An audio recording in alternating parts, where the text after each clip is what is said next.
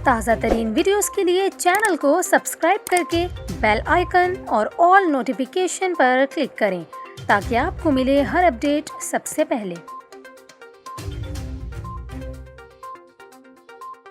और अभी आपको अपडेट करें, मुल्क में इन दिनों मानसून की शदीद बारिशों से सैलाब की तबाहकारियाँ जारी हैं। खैबर पख्तूनख्वा के ज़िला स्वात के मनाजिर इस वक्त आपको स्क्रीन पर दिखा रहे हैं, जहाँ पर सैलाबी रेलों ने बड़े पैमाने पर तबाही मचाई है। स्वात की मुख्तलिफ वीडियो सोशल मीडिया पर वायरल हैं, जिनमें देखा जा सकता है सैलाबी रेलें बड़े बड़े मकानात और पुलों को भी बहा ले गए।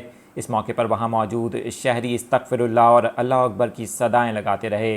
वीडियो में देखा जा सकता है कि स्वात के मुख्तलिफ इलाकों में शदीद सैलाबी सूरत हाल है, जिससे हर तरफ तबाही है। इस वक्त मनाजिर आपको स्क्रीन पर दिखा रहे हैं। गुज़िश्ता रोज़ भी स्वात में अफसोसनाक वाक़या पेश आया था, जहां पर हमने देखा कि स्कूल के बच्चे भी सैलाबी रेले में बह गए और कई गाड़ियां भी सैलाबी रेले में बहती हुई दिखाई दी थीं।